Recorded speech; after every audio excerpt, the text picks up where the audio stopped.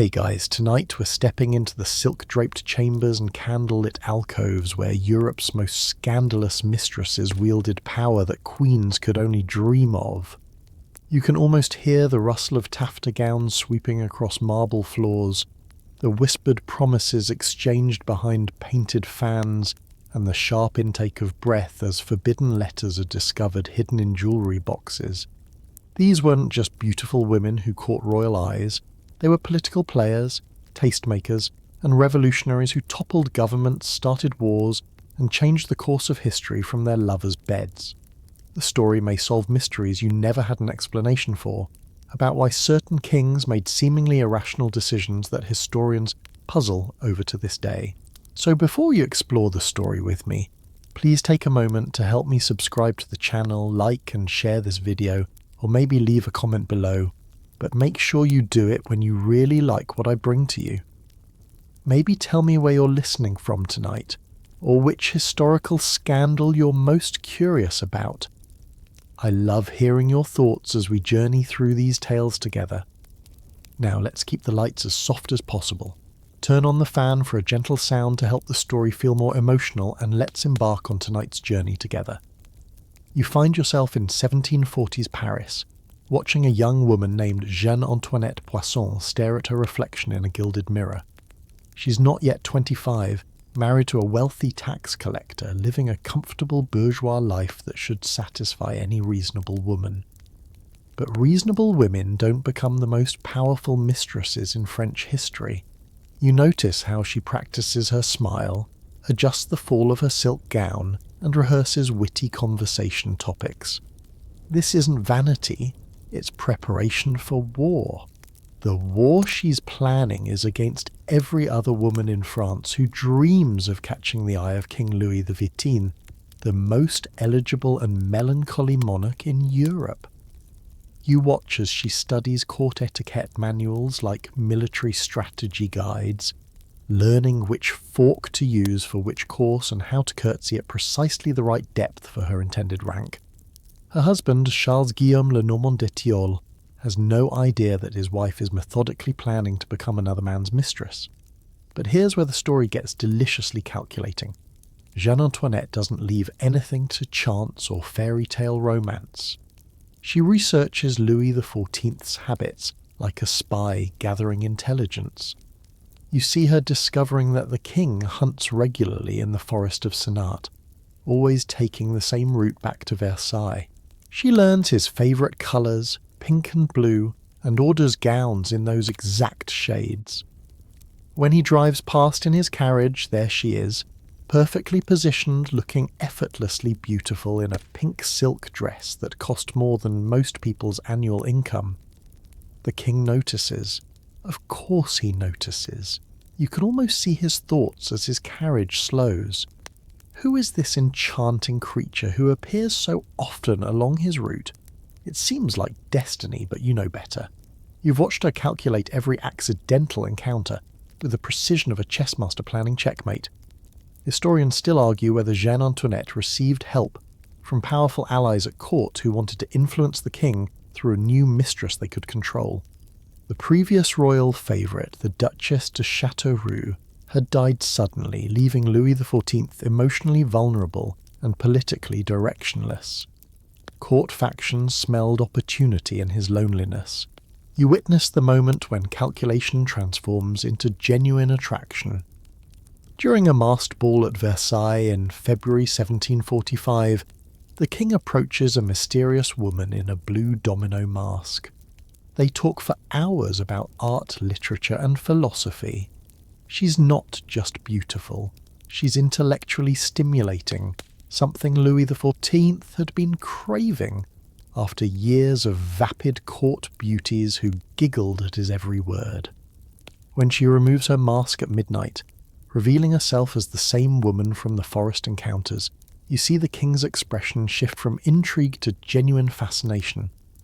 But becoming the king's mistress is just the beginning of Jeanne-Antoinette's ambitious plan.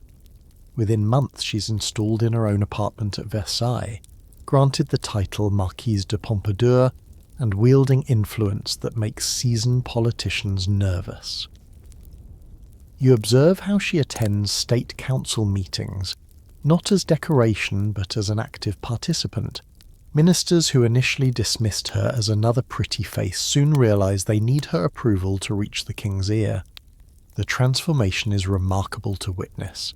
This middle-class woman has not only seduced the king but revolutionised the very role of royal mistress. Previous favourites were expected to look beautiful, bear illegitimate children, and accept expensive gifts gracefully. Madame de Pompadour rewrites the job description entirely. You watch her commissioning art, directing foreign policy, and even influencing military appointments during the War of Austrian Succession. Her husband, meanwhile, accepts a generous pension and discreetly disappears from public life. It's all remarkably civilized, which tells you everything about how thoroughly she's planned this social revolution. Even her enemies, and she acquires many, grudgingly admit that she's elevated the position of royal mistress to something resembling an unofficial queen.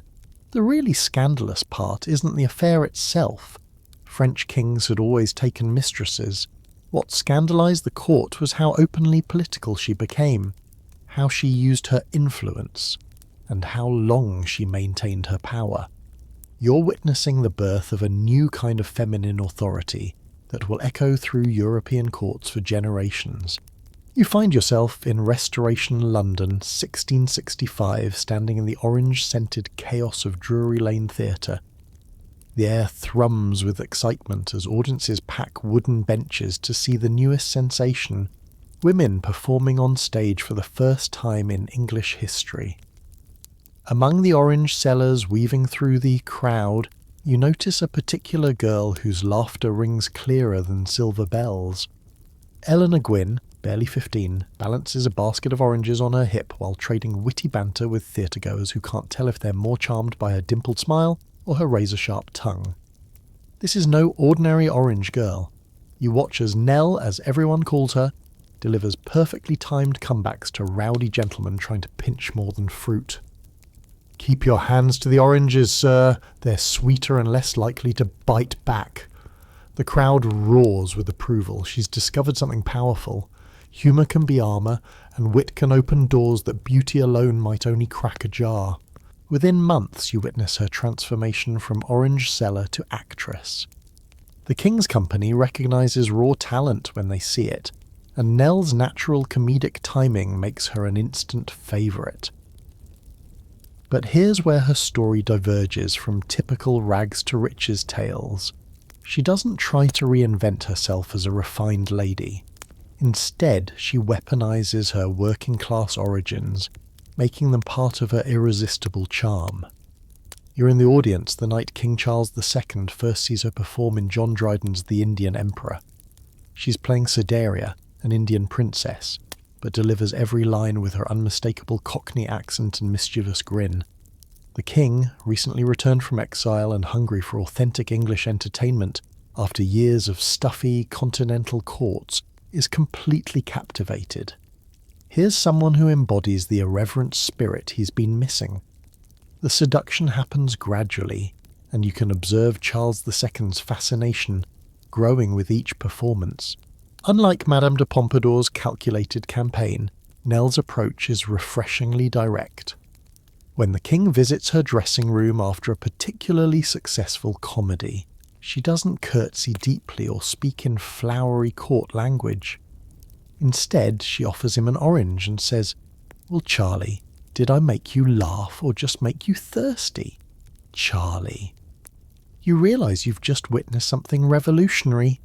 A commoner addressing the King of England by a nickname, and him loving every second of it.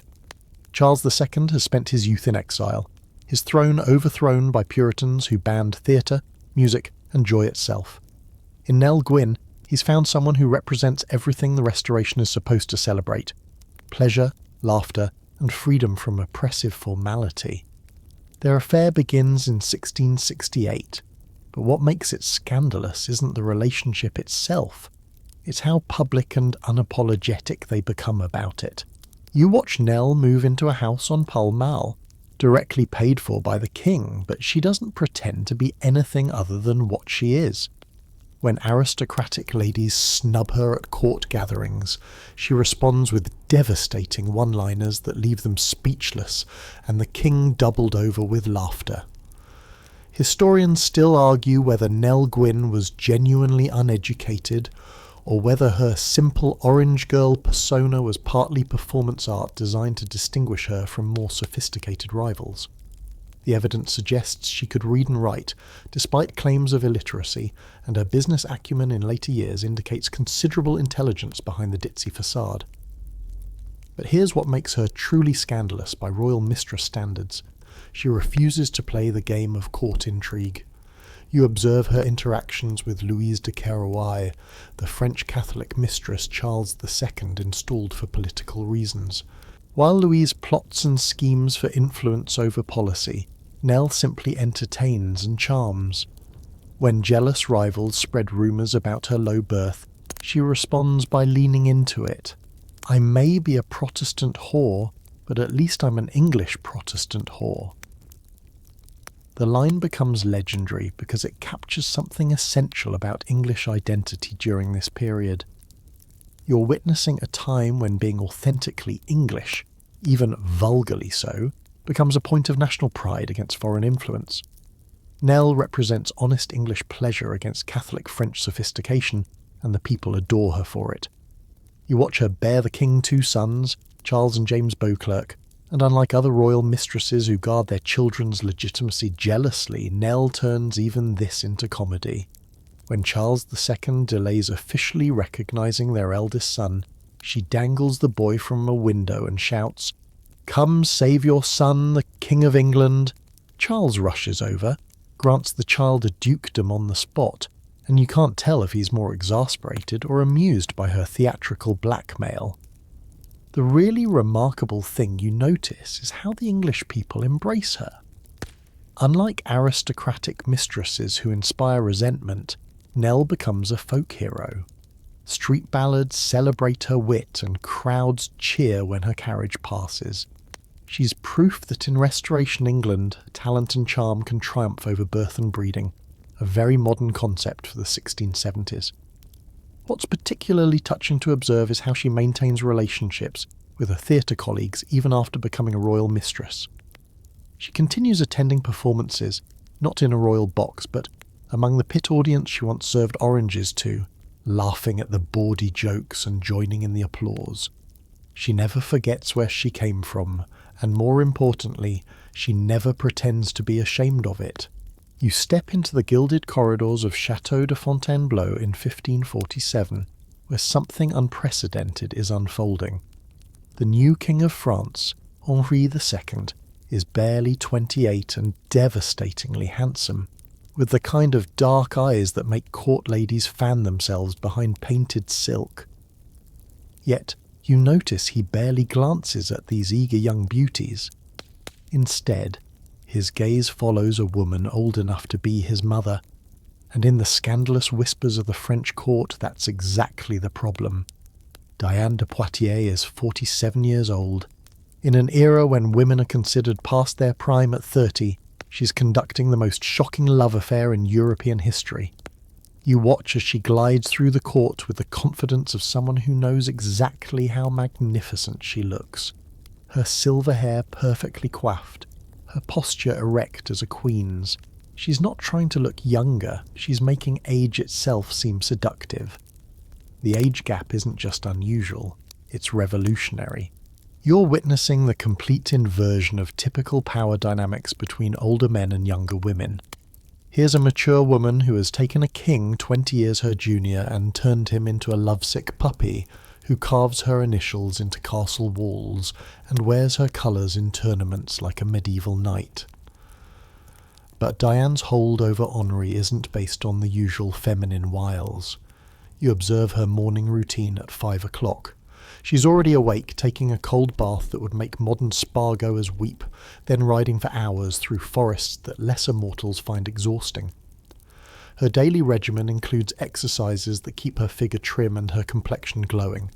While other court ladies rely on heavy cosmetics and tight corseting, Diane's beauty comes from discipline that would impress a military commander. The scandal deepens when you realise this affair began when Henri was still the Dauphin, married to Catherine de' Medici, and theoretically devoted to producing royal heirs. Catherine, poor woman, watches her husband's obsession with his older mistress with the kind of resigned fury that could fuel 1,000 revenge plots. You can almost feel Catherine's humiliation as Henri openly displays Diane's monogram intertwined with his own, decorating royal residences with HD symbols that declare his passion to the world. Historians still argue whether the relationship was purely sexual, or whether Diane served more as a sophisticated older mentor who happened to share the young prince's bed. The evidence suggests both. She educated him in statecraft, refined his cultural tastes, and provided the kind of maternal comfort that his actual mother, Claude de France, had been too frail to offer before her early death. You witness Henri's transformation under Diane's influence from an awkward second son into a confident king. She teaches him how to hold court, which nobles deserve favour, and how to balance competing factions. It's like watching a masterclass in royal education, except the classroom happens to be her bedroom.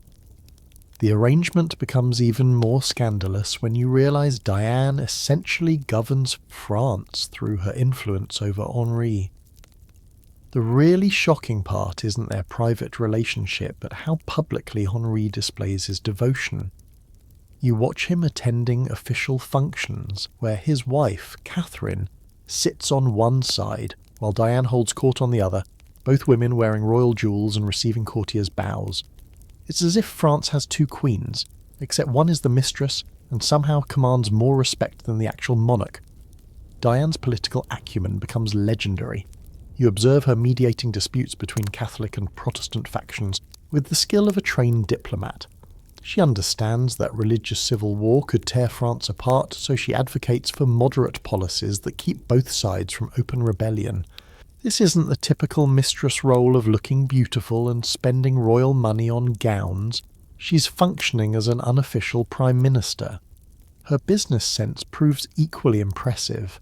You watch her accumulating land grants, chateau acquisitions, and artistic commissions that would make modern investment advisors envious. She's not just taking gifts from Henri, she's building a financial empire that will support her long after their affair ends. The Château de Chenonceau, one of the Loire Valley's most beautiful Renaissance castles, becomes her personal domain through Henri's generosity. But perhaps the most scandalous aspect is how she maintains her power as both of them age. You're watching a love affair that defies every social convention about women's declining value over time. When Henri reaches his 30s and Diane her 50s, court observers expect him to tire of her and seek younger companions. Instead, their bond deepens. She becomes more beautiful to him, not less, which suggests their connection transcends mere physical attraction.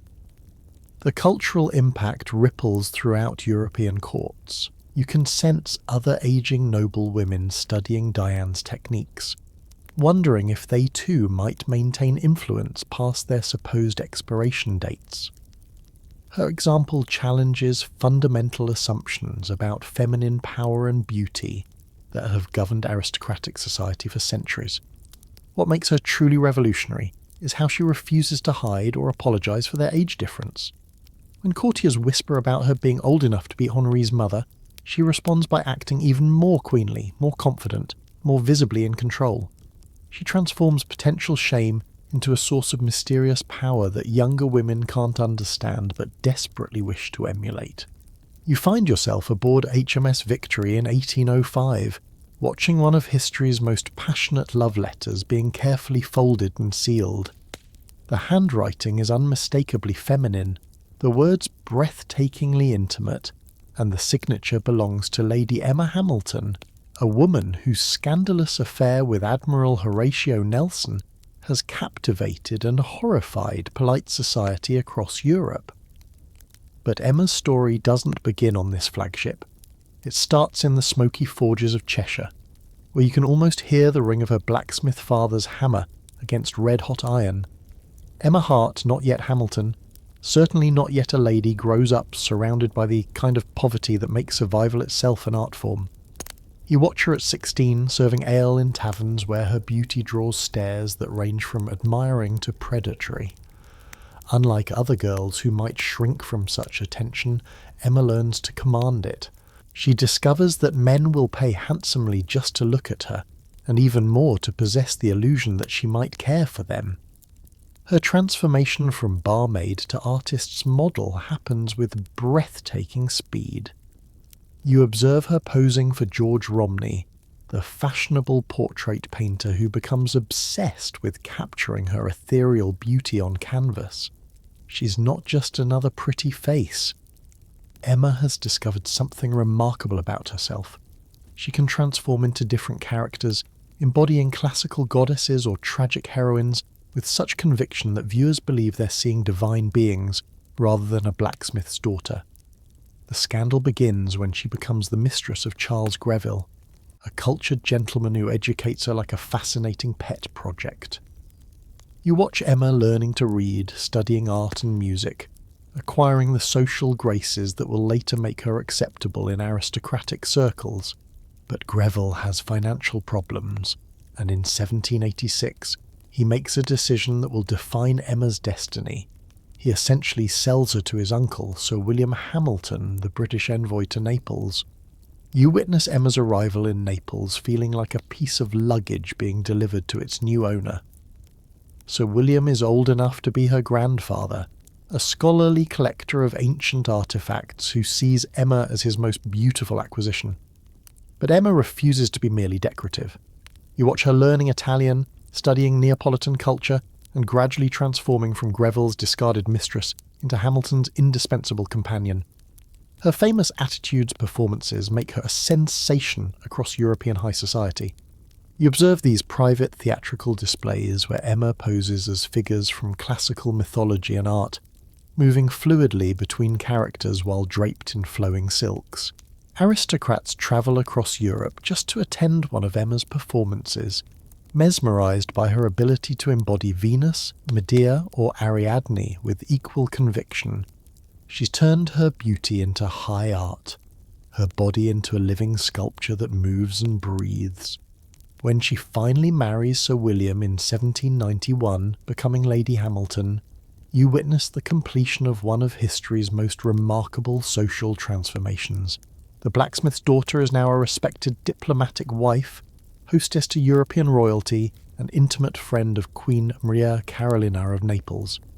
But this respectability makes her subsequent affair with Nelson even more scandalous. You're present at their first meeting in 1793, when Captain Nelson arrives in Naples seeking supplies for his ships. Emma, now 30 and at the height of her beauty, greets him with the kind of warmth that makes strong men forget their duties. But it's their reunion in 1798, after Nelson's victory at the Battle of the Nile, that ignites the passion that will define both their lives.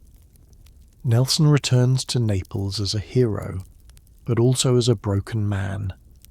You watch Emma nursing him through recovery from wounds that have cost him sight in one eye and the use of one arm. Her tenderness awakens something in the battle-hardened admiral that years of warfare had buried. Within months, their affair becomes the worst-kept secret in European diplomatic circles. Historians still argue whether Emma's relationship with Nelson was purely romantic, or whether she was also functioning as an informal intelligence agent, gathering information from her connections with European royalty to aid British naval strategy. Her friendship with Queen Maria Carolina certainly provided valuable political insights during the Napoleonic conflicts. The scandal reaches its peak when Emma gives birth to Nelson's daughter Horatia in 1801. The triangle she forms with her elderly husband and her famous lover becomes the subject of satirical cartoons across Europe. You observe Sir William Hamilton, now in his 70s, tolerating this arrangement with the weary resignation of a man who loves his wife enough to accept her happiness with another man. But what makes Emma truly scandalous isn't just the affair, it's how she refuses to hide it. You watch her accompanying Nelson to official functions, living openly as his consort while still married to Hamilton. She's created a ménage à trois that somehow functions in polite society, with all three parties maintaining cordial relationships, despite the obviously irregular arrangement. The tragedy unfolds when you witness Nelson's death at Trafalgar in 1805. His final words reportedly concern Emma and Horatia, begging his country to care for them as his dying wish. You see Emma receiving the news, her world collapsing as she realises she's lost not just her lover but her protection. Without Nelson's naval pension or social standing, Lady Hamilton faces financial ruin. The cruel irony becomes apparent as you watch Emma's final years. The woman who transformed herself from poverty to nobility, who conducted one of history's most famous love affairs, dies in poverty in Calais in 1815. British society, which had tolerated her scandal while Nelson lived to protect her, abandons her completely after his death. She becomes a cautionary tale about the dangers of female ambition and sexual freedom. You find yourself in the opulent throne room of Munich's residence in 1846, watching a scene that will topple governments and reshape European politics. On the gilded stage before King Ludwig I of Bavaria, a woman with raven black hair and flashing dark eyes performs a dance so provocative, so magnetic, that grown men forget to breathe.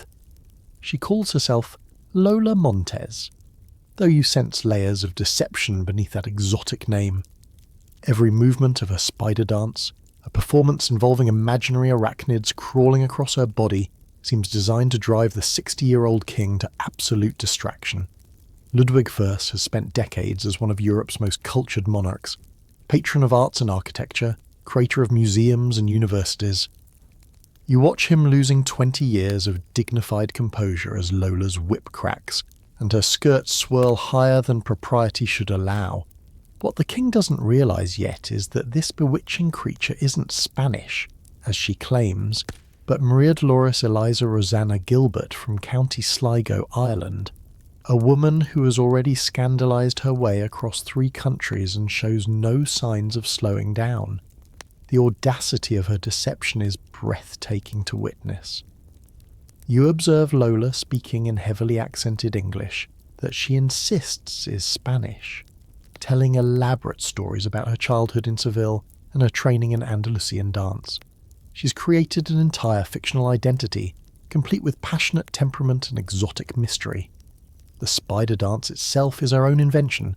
There's no authentic Spanish tradition behind it, just Lola's genius for understanding what will make men's blood run hot and their judgment run cold. But Ludwig isn't just any besotted old man. He's the king of Bavaria, and his infatuation with this mysterious dancer sets off political explosions that will echo across German states. You watch as Lola moves into luxurious apartments in Munich, paid for by royal funds that should be supporting Bavarian infrastructure. Within months, she's influencing policy decisions, attending state meetings, and making enemies of every serious politician in the kingdom. The scandal deepens when you realise Lola's political instincts are surprisingly progressive. She advocates for liberal reforms, press freedom, and constitutional government, ideas that terrify Bavaria's conservative establishment. You observe her pushing Ludwig toward policies that modernise his kingdom, but also threaten the traditional power structures that keep aristocrats comfortable and peasants compliant. She's not just the king's exotic mistress, she's accidentally become a revolutionary catalyst. Historians still argue whether Lola Montez was genuinely committed to liberal political ideals, or whether she simply enjoyed the power that came from influencing royal policy. Her background suggests someone who chafed against conventional restrictions throughout her life, making her natural sympathy for freedom movements entirely plausible. The conservative backlash proves swift and merciless.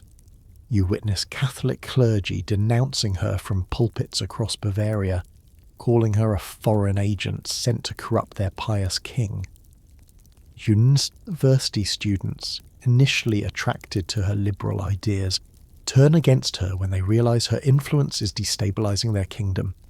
Street demonstrations demand her expulsion, with crowds chanting "Down with the Spanish whore," unaware that their target is actually as Irish as Shamrock. But Lola refuses to be intimidated. You watch her responding to hostile crowds by appearing on her balcony in increasingly provocative outfits, sometimes wielding a horsewhip and threatening to use it on anyone who dares approach her residence. She's turned political protest into personal theatre, making herself simultaneously the most hated and most fascinating woman in German states. The king's obsession reaches such heights that you observe him creating the title Countess of Landsfeld, specifically for her, granting Irish-born Lola Montez Bavarian nobility that she'll carry for the rest of her adventurous life. The newly minted countess uses her elevation to meddle even more boldly in state affairs, dismissing ministers who oppose her and promoting those who support liberal reforms. The crisis explodes in 1848, the year of revolutions across Europe. You witness Bavarian citizens, inspired by uprisings in France and Austria, demanding Ludwig's abdication unless he banishes his scandalous mistress. The choice becomes stark. Keep Lola and lose the throne, or save the kingdom by sacrificing the woman who has become his obsession. You watch the heartbreaking moment when Ludwig finally understands that his infatuation with Lola has made him a liability to his own people. The king who once prided himself on rational governance has become a laughingstock, his kingdom teetering on the edge of revolution because he can't resist a dancer's charms. In March 1848, he chooses abdication over abandoning Lola, one of the most romantic and politically disastrous decisions in European royal history. But Lola's story doesn't end with Ludwig's downfall. You observe her fleeing Bavaria ahead of angry mobs, but instead of disappearing in shame, she embarks on a worldwide adventure that will take her to London theatres, California gold mines, and Australian lecture halls. She's discovered that scandal itself can be a career, that notoriety opens doors that respectability might keep closed. The transformation from provincial Irish girl to international celebrity of scandal represents something new in the 19th century, the birth of modern celebrity culture. You're witnessing how a woman with limited formal education but unlimited audacity can use the emerging popular press to create and maintain fame across continents. Lola Montez becomes one of the first truly global celebrities, known from London to San Francisco not for any particular talent, but for her genius at generating outrageous stories. What makes her revolutionary isn't just her relationship with King Ludwig, but how she refuses to accept that female scandal should end in shame and retirement. Instead, she weaponizes her notoriety, turning it into a platform for continued adventure and influence. She's showing future generations of women that there might be life after disgrace. Scandalous, profitable, internationally famous life. You find yourself in the opulent halls of the Winter Palace in St. Petersburg, 1762, where the most powerful woman in Europe is conducting interviews that would make modern dating apps seem quaint. Catherine II of Russia, soon to be known as Catherine the Great, sits regally in her private chambers while a parade of handsome young guards presents themselves for her consideration. This isn't a military inspection. It's something far more scandalous and systematic. You're witnessing the Empress of all the Russias selecting her next lover, with the methodical precision of a horse breeder choosing prize stallions. What makes Catherine's approach to romance so shocking isn't just the number of her affairs, though 21 documented lovers over 40 years does raise eyebrows, but how brazenly she treats male companionship as a royal prerogative. You observe her discussing potential candidates with her trusted confidant, Countess Bruce, who actually interviews prospective lovers to ensure they meet the Empress's standards for intelligence, discretion, and stamina. It's the complete reversal of how powerful men have always treated women, and European courts are simultaneously scandalized and fascinated. Catherine's most famous lover, Grigory Potemkin, enters your field of vision like a force of nature. He's massive, brilliant, and missing his left eye from a mysterious incident that may have involved jealous rivals or a childhood accident. Historians still argue about the details. What's undeniable is the electric chemistry you witness when he first approaches the throne in 1774. Unlike other courtiers who grovel, Potemkin meets Catherine's gaze with equal intensity, matching her intellect and ambition with his own. You watch their affair unfold with the passion of teenagers and the strategic complexity of master chess players. Potemkin isn't just Catherine's lover, he becomes her political partner, military commander, and possibly her secret husband. The letters they exchange reveal a relationship that transcends mere physical attraction. "My darling, my heart, my dear friend," she writes, "I love you so much that I believe you must see it in my eyes." This is the language of genuine partnership, not just royal lust. But here's where the scandal deepens beyond mere romance. You observe Catherine using her lovers as instruments of policy, rewarding them with territories, titles, and administrative positions that effectively make them rulers of vast Russian provinces. When she grows tired of Potemkin romantically, she doesn't disgrace him. Instead, she promotes him to prince and gives him authority over the newly conquered territories in southern Russia. He literally builds cities and commands armies in her name. The system becomes institutionalized in ways that would make modern ethicists faint. You witness Catherine's later lovers receiving increasingly generous compensation packages. Count Alexander Lanskoy gets 100,000 rubles and 4,000 serfs. Platon Zubov, her final favourite, receives estates, palaces, and enough wealth to rival European princes. She's essentially created a pension plan for retired royal lovers, ensuring their loyalty and discretion through financial security. Historians still argue whether Catherine's legendary appetite for lovers was genuine sexual enthusiasm or calculated political theatre designed to project power and vitality. The evidence suggests both. Her private letters reveal genuine passion, while her public behaviour clearly demonstrates the political utility of appearing sexually commanding and eternally youthful. What you find remarkable is how Catherine manages to maintain dignity and authority, despite conducting affairs that would have destroyed less skillful rulers. She's created an alternative model of female sexual power that doesn't rely on hiding or apologising. When European diplomats whisper about her immoral behaviour, she responds by conquering more territory, founding universities, and corresponding with Voltaire about Enlightenment philosophy. She makes her critics look petty and provincial. The double standard becomes glaringly obvious when you compare reactions to Catherine's love life with those of her male contemporaries. Louis XV of France maintained an official stable of mistresses at Versailles, but he is remembered as a sophisticated monarch with refined tastes. Catherine takes lovers and rewards them generously, but she's portrayed as an insatiable nymphomaniac whose sexual appetite threatens the natural order. The difference reveals more about European attitudes toward female power than about Catherine's actual behaviour. You observe her carefully choreographed presentations of new favourites to the court. Each lover is introduced as a trusted advisor or military hero, given legitimate roles that justify their proximity to the throne. She's protecting both their reputations and her own, while ensuring that powerful men understand their romantic duties are part of larger service to the empire. It's manipulation on a grand scale, but manipulation conducted with such style that even the victims seem grateful.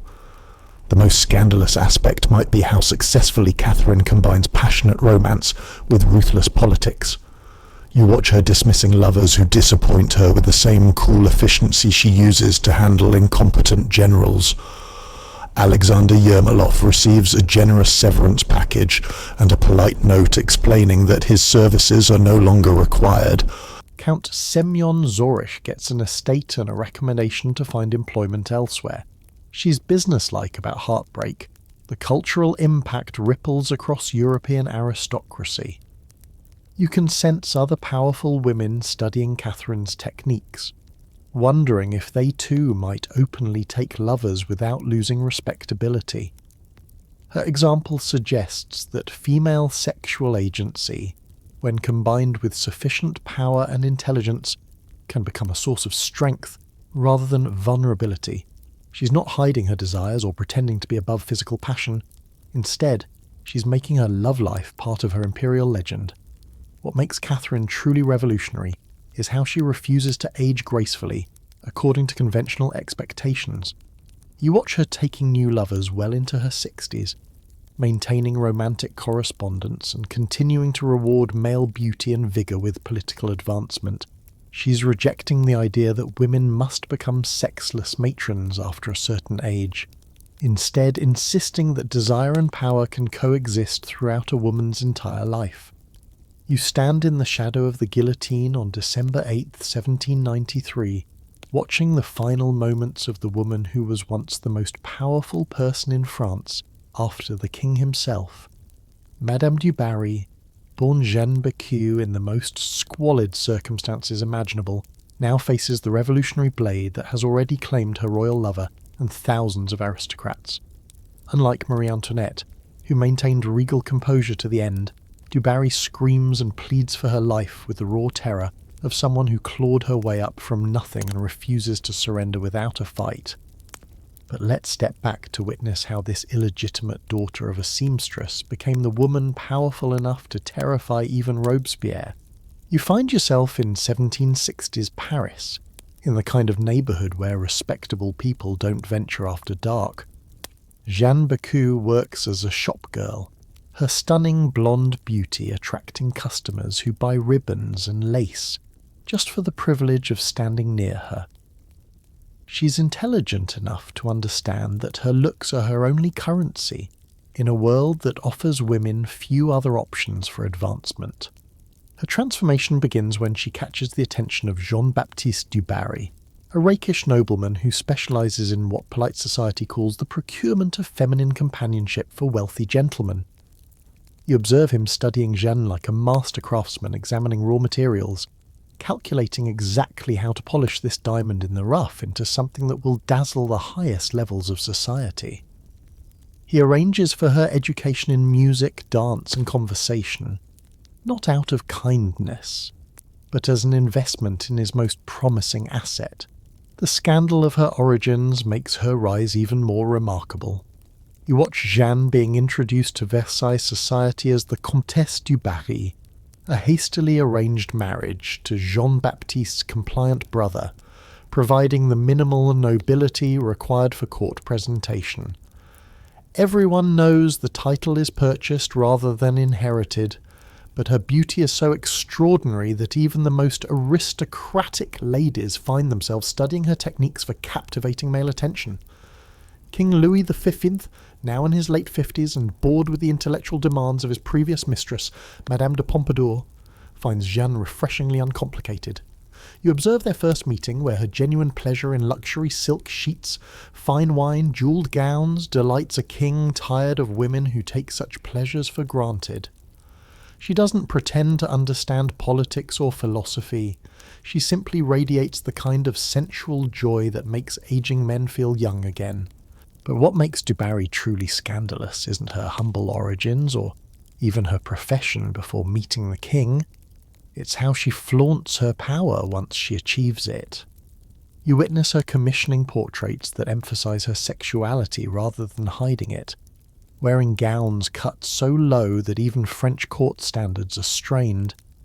She's not trying to be a respectable mistress. She's celebrating being an absolutely magnificent courtesan who has conquered the most powerful man in Europe. Historians still argue whether Madame du Barry was genuinely apolitical, or whether her apparent lack of interest in state affairs was a calculated pose designed to distinguish her from the politically active Pompadour. Her later actions during the Revolution suggest considerably more intelligence and strategic thinking than her contemporaries credited her with possessing. The rivalry with Marie Antoinette begins almost immediately after the young Austrian princess arrives at Versailles. You observe the tension between the future queen, desperately trying to establish her dignity and moral authority, and the current royal mistress, who represents everything the Dauphin finds vulgar about French court life. Their conflict becomes legendary. Marie Antoinette refuses to acknowledge du Barry's existence. while Du Barry responds by appearing at court functions in increasingly spectacular gowns that make the Dauphine's outfits look positively dowdy. You watch Louis XV's health declining in 1774, and with it Du Barry's understanding that her position depends entirely on his continued breathing. Unlike Pompadour, who had built lasting political relationships, Du Barry has focused purely on pleasing the king. When he dies of smallpox, she has no allies powerful enough to protect her from Marie Antoinette's immediate revenge. Within hours of Louis XV's death, the new queen has Du Barry banished from court forever. The exile years prove her remarkable resilience.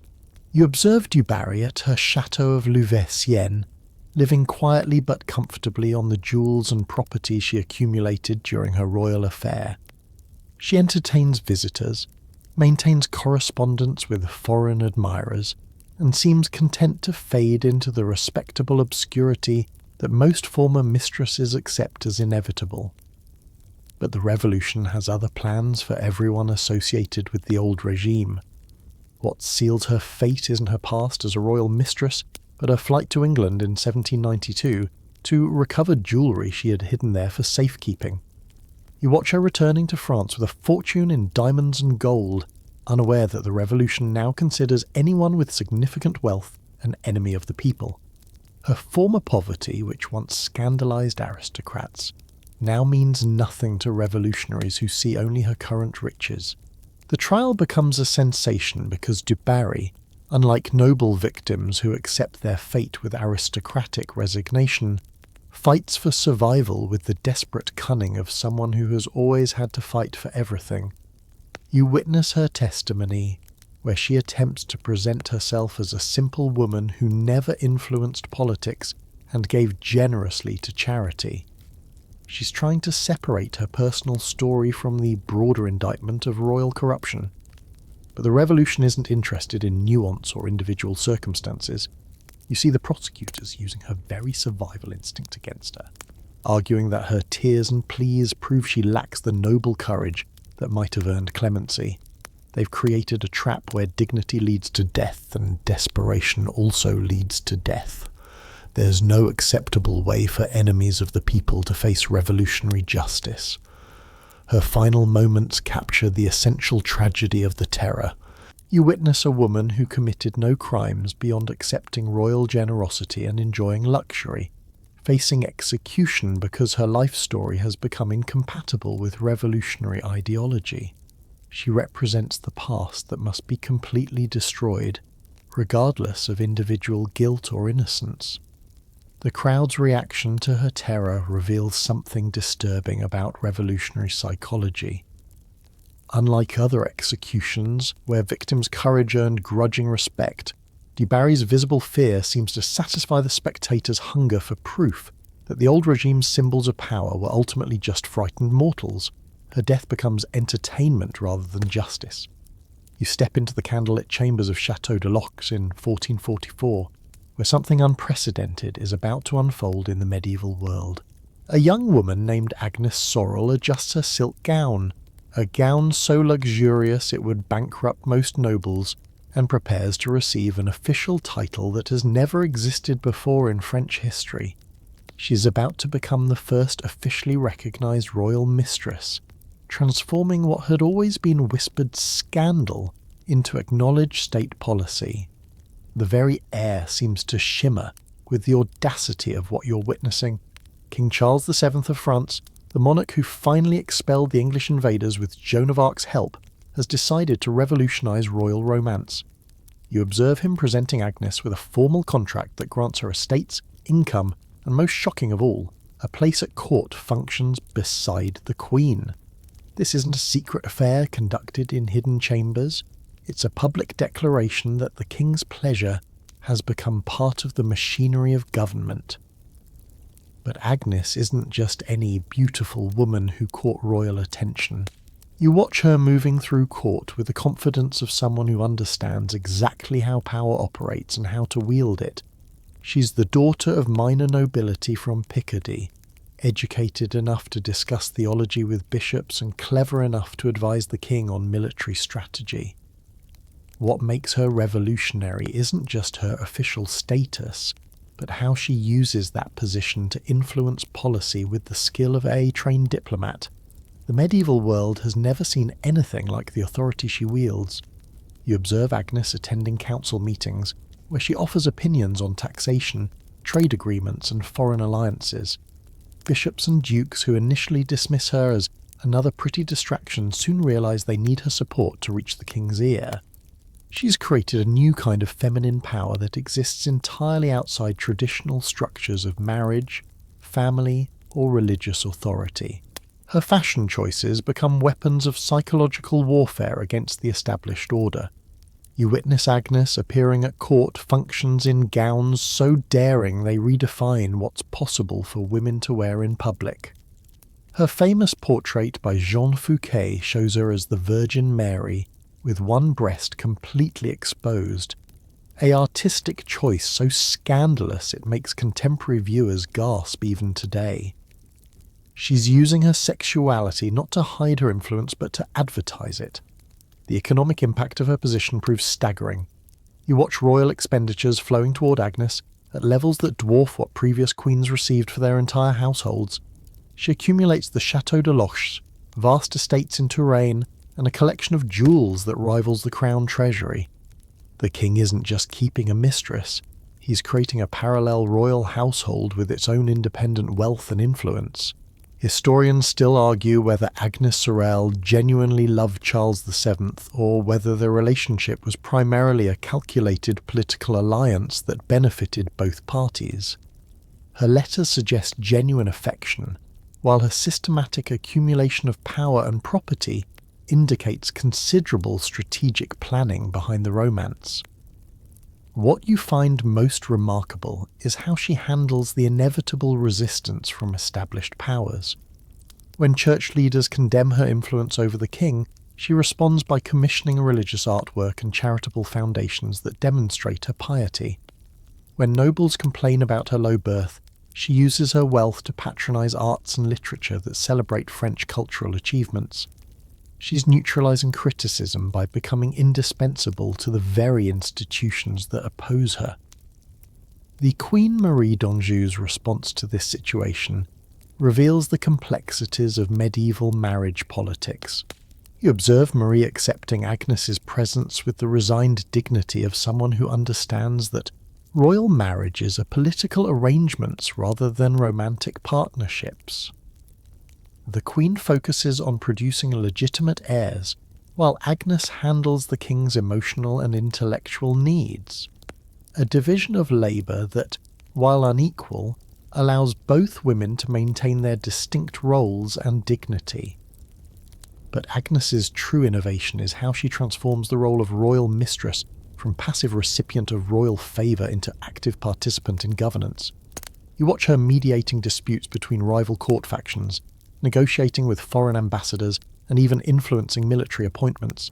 She's functioning as an unofficial queen with powers that the official queen often lacks. The scandal deepens when you realise how openly she displays her influence over royal policy. Contemporary chroniclers record her presence at state ceremonies, her participation in diplomatic negotiations, and her role in selecting government ministers. She's not hiding her political activities behind feminine modesty. Instead, she's advertising her capabilities as evidence of why the king values her counsel. Her patronage of arts and culture creates a lasting legacy that extends far beyond her personal relationships. You observe Agnes commissioning illuminated manuscripts, supporting court musicians, and funding architectural projects that will define French Renaissance style. She's using her position to shape cultural development in ways that will influence European civilization for centuries. The really revolutionary aspect of her story is how she establishes a template for future royal mistresses that emphasizes political intelligence over mere physical beauty.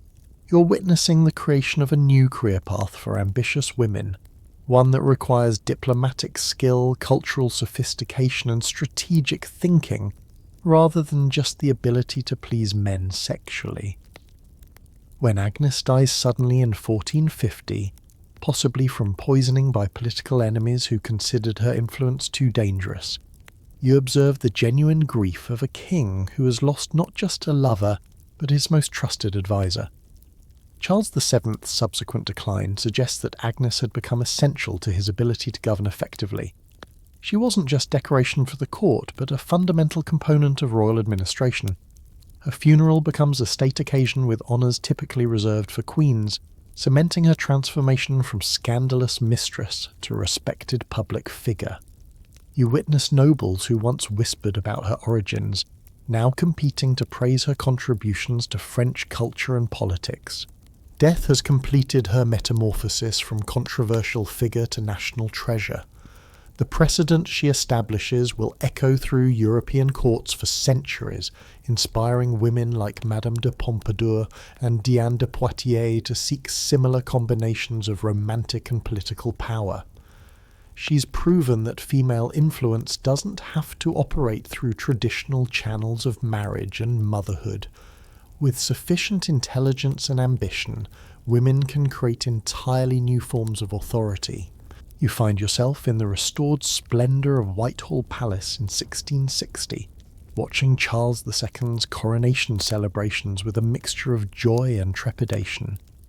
England has welcomed back its exiled king after 11 years of Puritan rule, but you can already sense that this monarch's appetites will make his father's reign look positively restrained.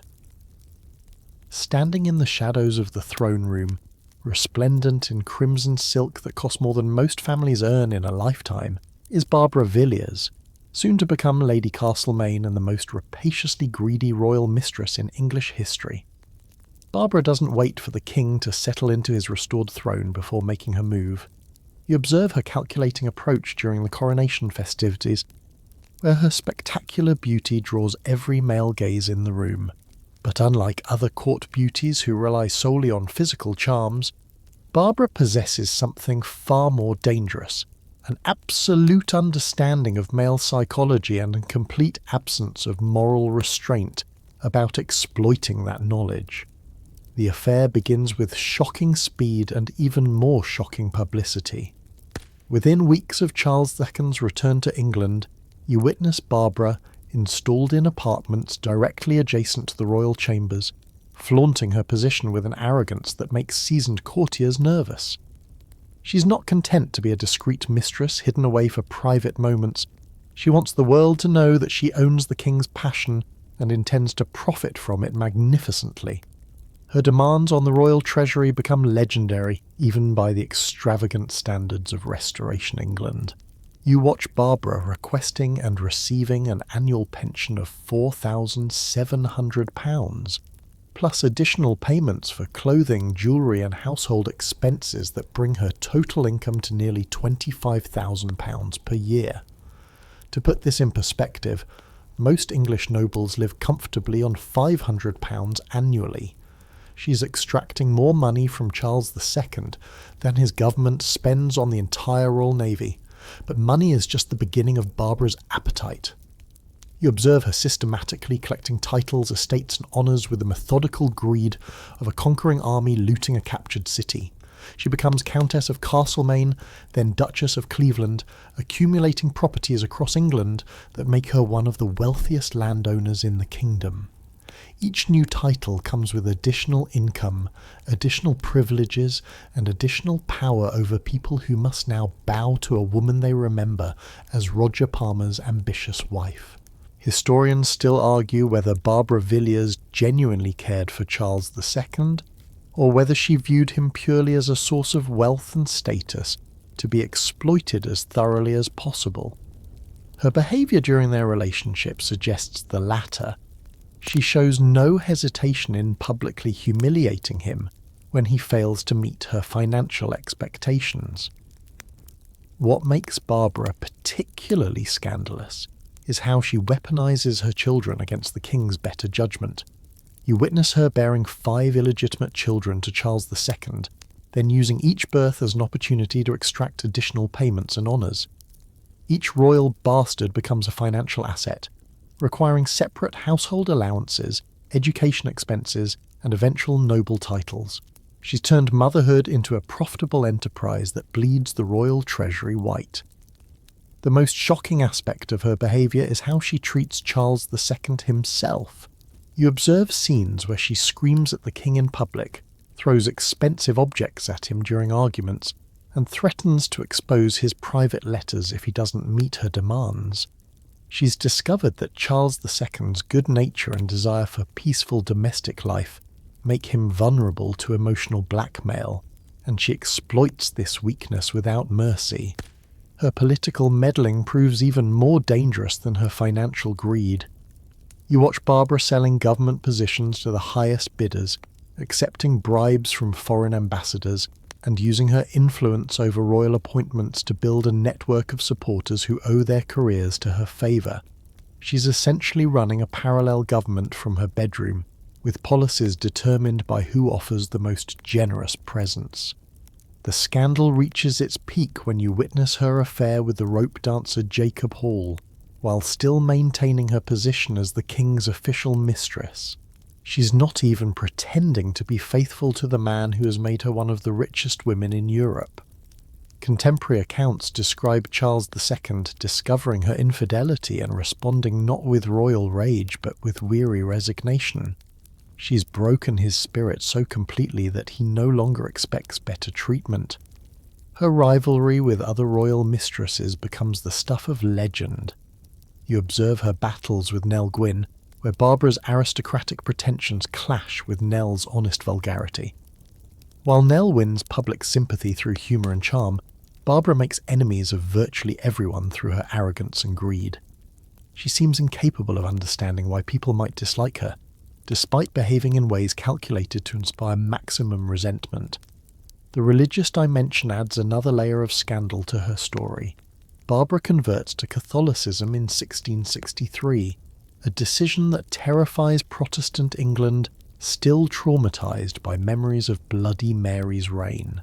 You watch her using her Catholic faith as another source of political influence, corresponding with foreign Catholic powers and advocating for policies that favour recusant nobles. She's managed to make herself simultaneously personally detestable and politically dangerous.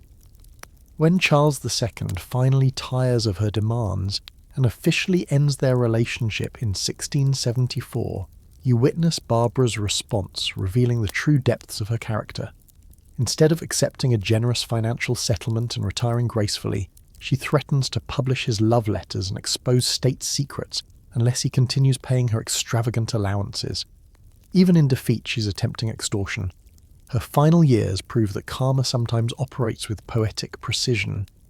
You observe Barbara in old age, her beauty faded, her money squandered on gambling and younger lovers, desperately pursuing men who view her with the same calculating coldness she once showed Charles II. The woman who treated the king as a financial resource discovers what it feels like to be valued only for what she can provide to others. The legacy she leaves is entirely negative. She's remembered as proof of how royal mistresses can abuse their positions for personal gain, without regard for their lovers' welfare or their country's interests. Unlike other royal favourites who used their influence for patronage or politics, Barbara used hers purely for accumulation. She represents the absolute worst possibilities of feminine power when unchecked by conscience or genuine affection. You find yourself in the gardens of Fontainebleau in 1593, where the most dangerous religious romance in French history is about to unfold. King Henri IV, the Protestant monarch who conquered Catholic France through military brilliance and political cunning, stands transfixed by a woman whose very existence threatens to destroy everything he's fought to achieve. Gabrielle d'Estrées moves through the royal gardens like a golden-haired vision, her beauty so luminous it seems to cast shadows on every other woman present. But what makes this moment historically explosive isn't just her looks, it's her faith, and how Henri's obsession with her could tear France apart again. Henri IV has just converted to Catholicism to secure his throne, supposedly declaring Paris is well worth a mass. You observe the political calculation behind his religious conversion. France is exhausted from decades of religious civil war, and only a Catholic king can unite the fractured kingdom. But Gabrielle represents everything dangerous about mixing passion with politics. She's not just Protestant, she's passionately intellectually committed to the Reformed faith in ways that make compromise impossible. The irony is delicious and terrifying to witness. You watch the king who became Catholic for political reasons, falling desperately in love with a woman whose Protestant convictions run deeper than his own ever did. Their affair begins in 1591 when Gabrielle is barely 20, married to Nicolas d'Amerval and living quietly on her family's estates in Picardy. Henri meets her during one of his military campaigns and is immediately smitten by a combination of ethereal beauty and sharp intelligence. But this isn't just another royal affair. You observe Henri's behaviour around Gabrielle transforming from calculated seduction to genuine obsession. He writes her letters of such passionate devotion that they read like religious prayers. I kiss your beautiful hands 1,000,000 times, and your beautiful breasts, and all the rest which you know I love so much. This is the language of a man losing control, and control is something Henri IV cannot afford to lose.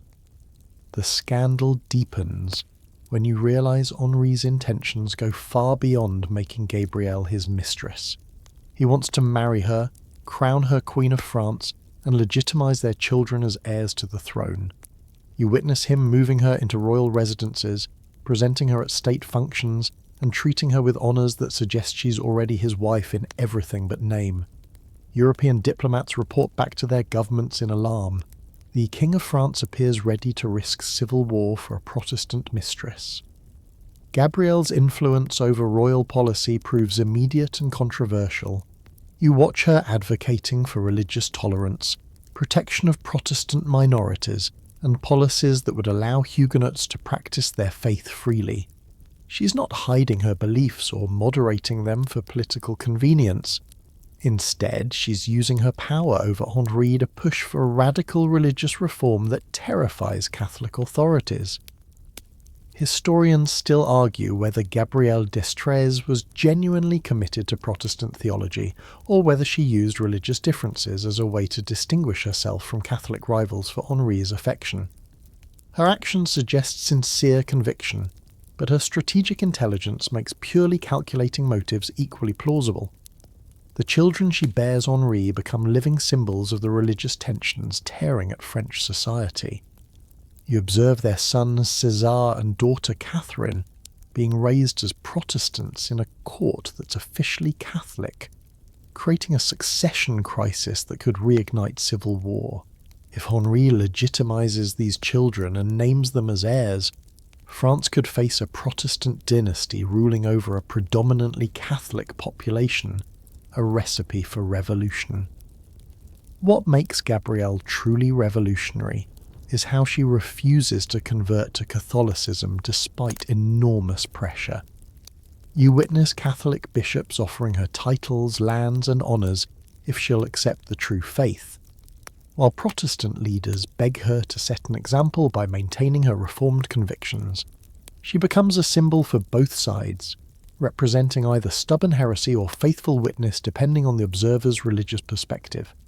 The political implications terrify everyone except Henri and Gabrielle themselves.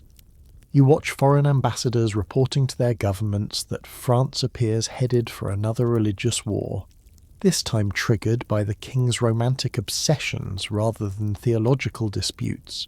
Catholic powers consider intervention to prevent a Protestant queen, while Protestant nations wonder if they should support Gabrielle's elevation as a blow against Catholic hegemony in Europe.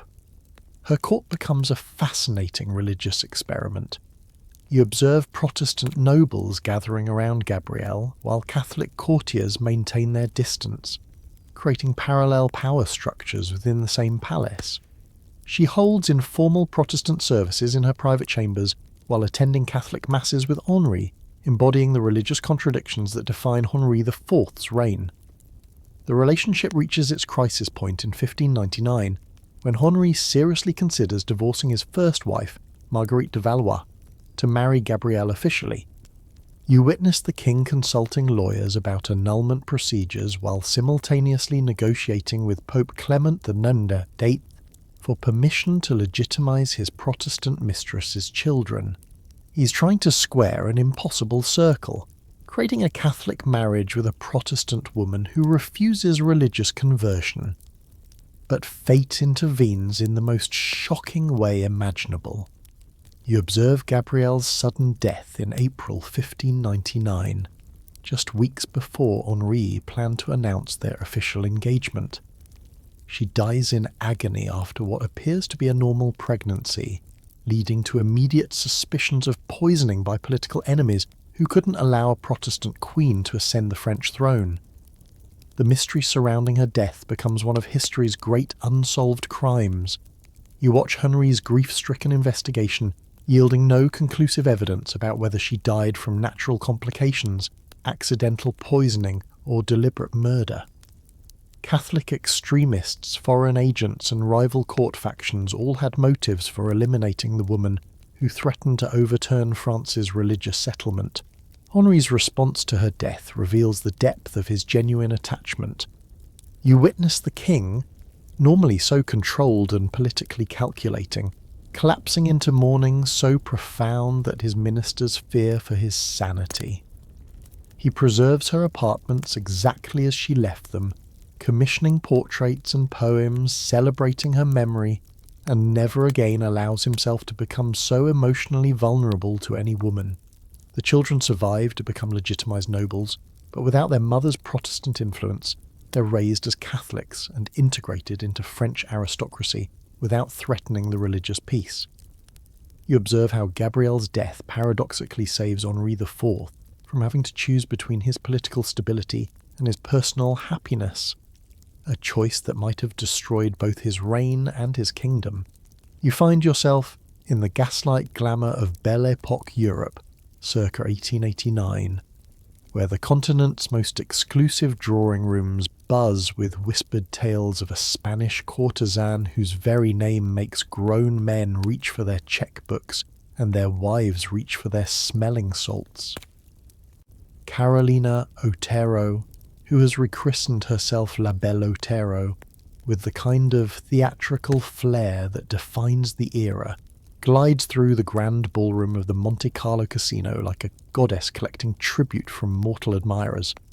Her dress, a creation of silk and diamonds that cost more than most people earn in a lifetime, catches the light with every calculated movement.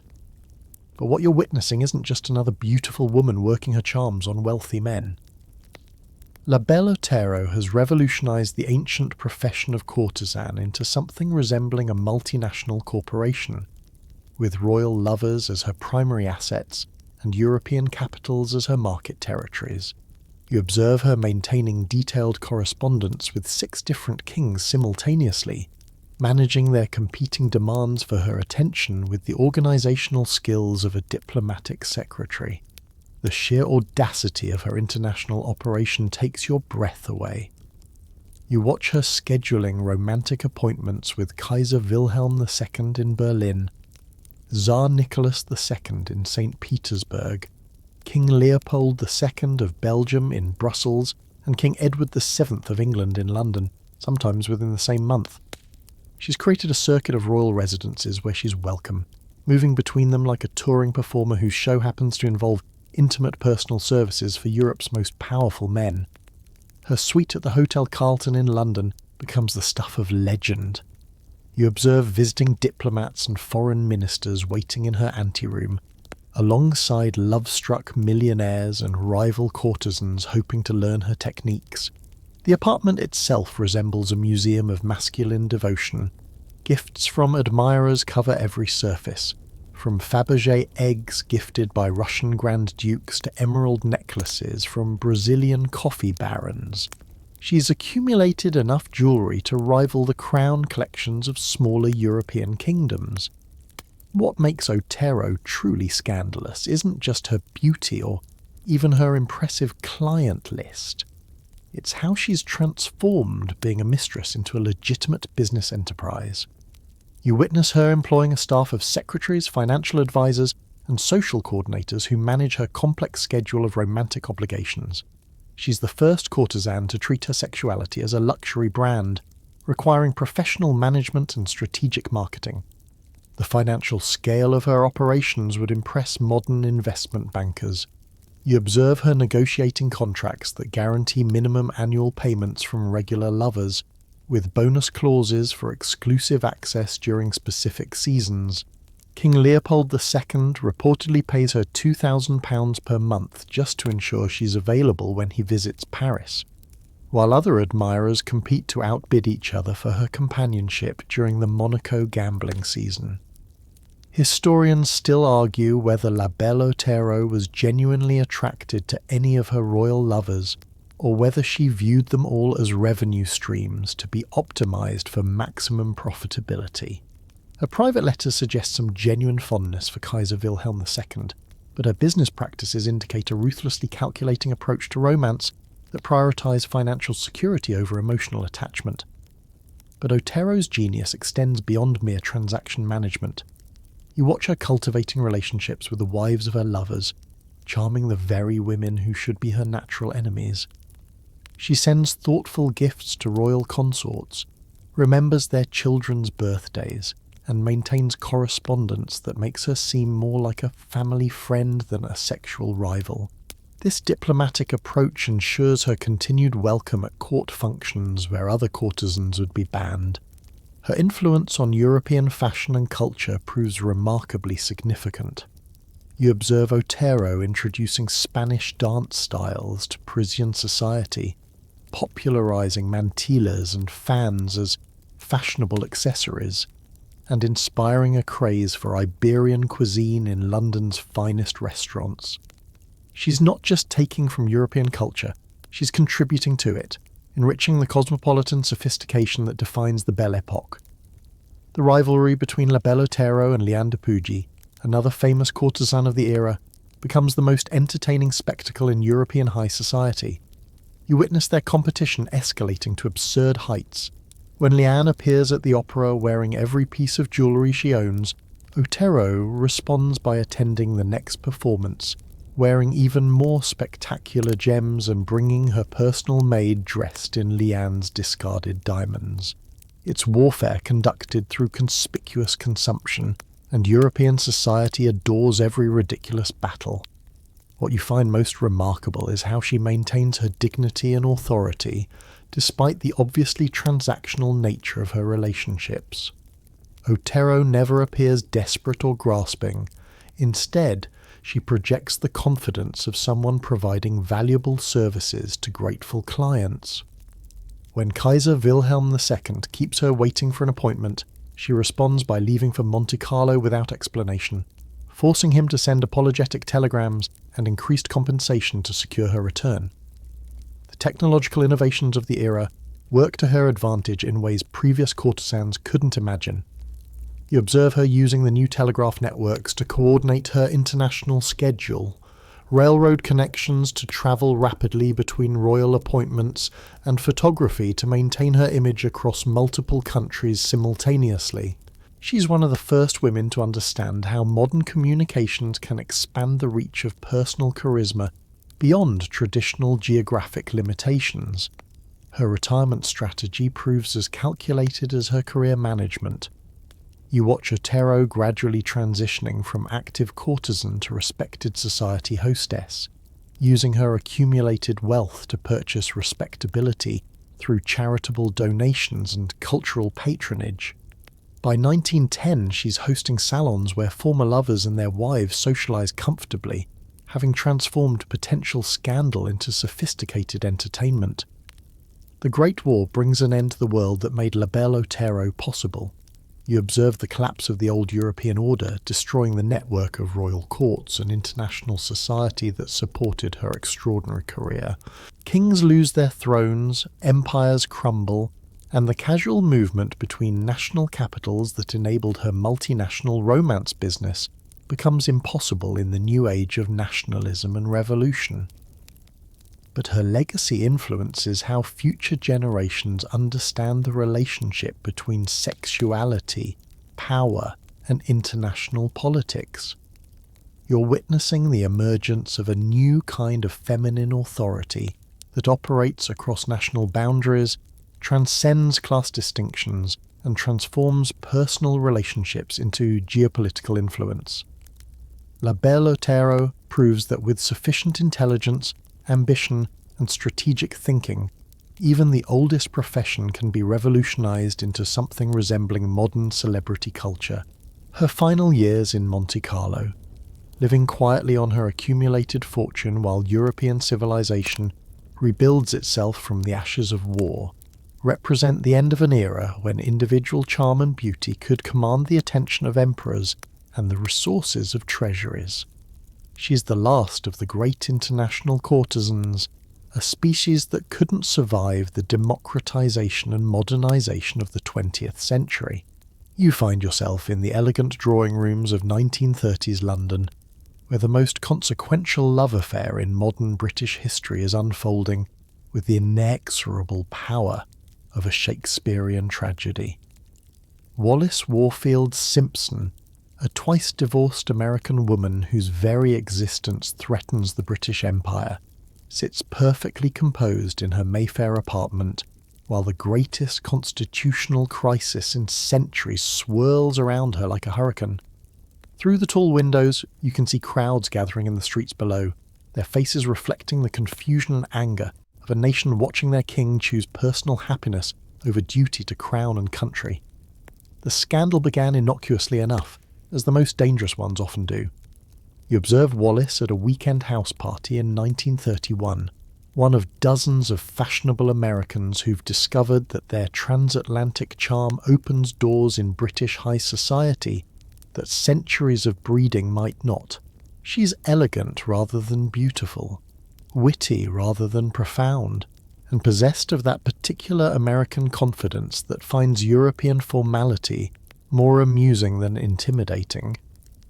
When she meets the Prince of Wales, the future Edward VIII, she treats him like an interesting man rather than a deity, a novelty that proves immediately addictive to someone who has never experienced genuine conversation. But what makes their relationship so explosively controversial isn't just her nationality or her marital history, it's the timing. You witness their affair deepening just as Europe slides toward another world war, when Britain needs strong, steady leadership more desperately than at any time since Napoleon threatened invasion. Instead, the country watches their future king becoming increasingly obsessed with a woman whose very presence in his life suggests he values personal satisfaction above national responsibility. The establishment's horror becomes palpable as you observe their relationship growing more public and more serious. Wallis accompanies Edward on royal functions, appears in newspaper photographs at his side, and begins behaving like a woman who expects to become queen. The constitutional implications are staggering. Britain has never accepted a divorced woman as queen, let alone an American citizen with 2 living ex-husbands and no apparent understanding of royal protocol. Prime Minister Stanley Baldwin's meetings with the king become exercises in barely controlled desperation.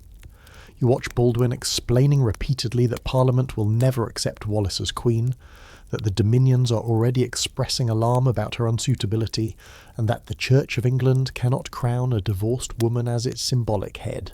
Edward's responses reveal a man so deeply infatuated that he's lost touch with political reality.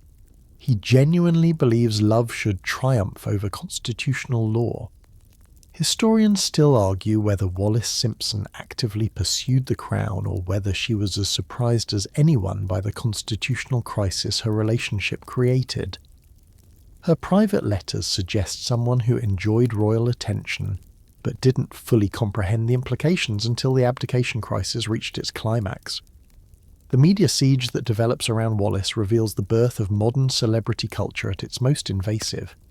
You observe photographers camping outside her apartment, reporters bribing servants for personal details, and newspapers across the world treating her love life as front-page news. She becomes simultaneously the most famous and most reviled woman on the planet, celebrated as a romantic heroine by some and condemned as a scheming adventuress by others. What you find most remarkable is how she maintains her composure under pressure that would break most people. You watch Wallis navigating death threats, public demonstrations, and the constant awareness that her personal choices are destabilizing the British Empire. Her American background serves her well here. She approaches the crisis with a pragmatic detachment that Europeans, raised on romantic notions of royal destiny, find either admirable or appalling. The abdication speech that Edward delivers to the nation on December 11th, 1936, becomes one of the most famous addresses in British history. You witness the moment when constitutional duty finally confronts romantic obsession and romance wins. I have found it impossible to carry the heavy burden of responsibility and to discharge my duties as king as I would wish to do without the help and support of the woman I love. These words reshape British history and create a precedent that will haunt the monarchy for generations.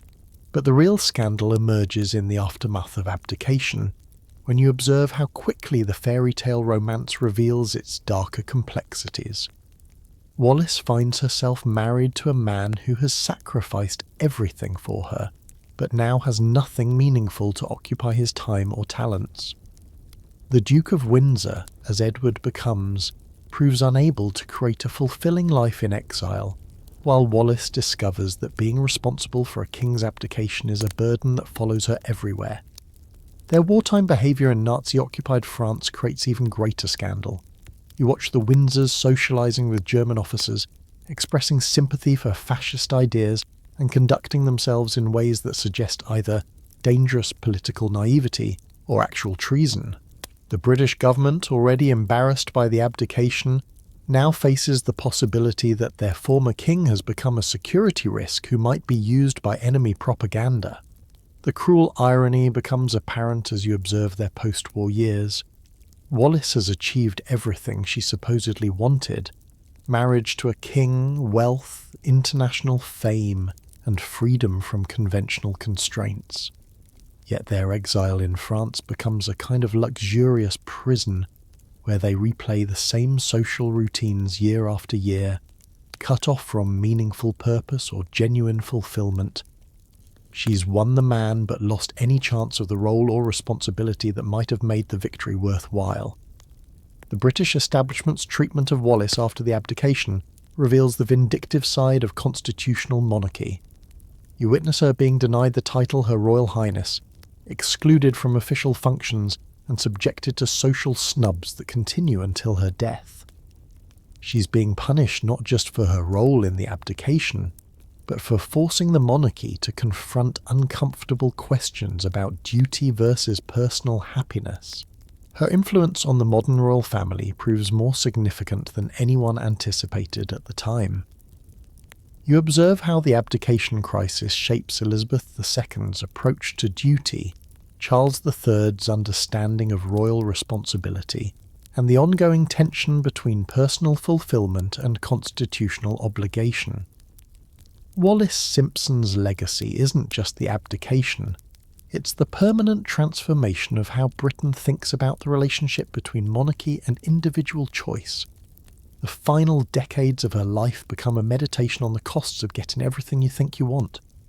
You watch Wallis in old age, widowed and increasingly isolated, surrounded by the material rewards of a famous romance, but clearly haunted by questions about whether the price was worth paying.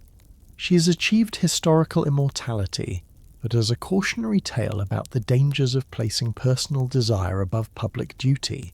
You step into the smoke-filled gambling rooms of the Marlborough Club in 1898, where the Prince of Wales, the future Edward VII, holds court among London's most sophisticated pleasure seekers.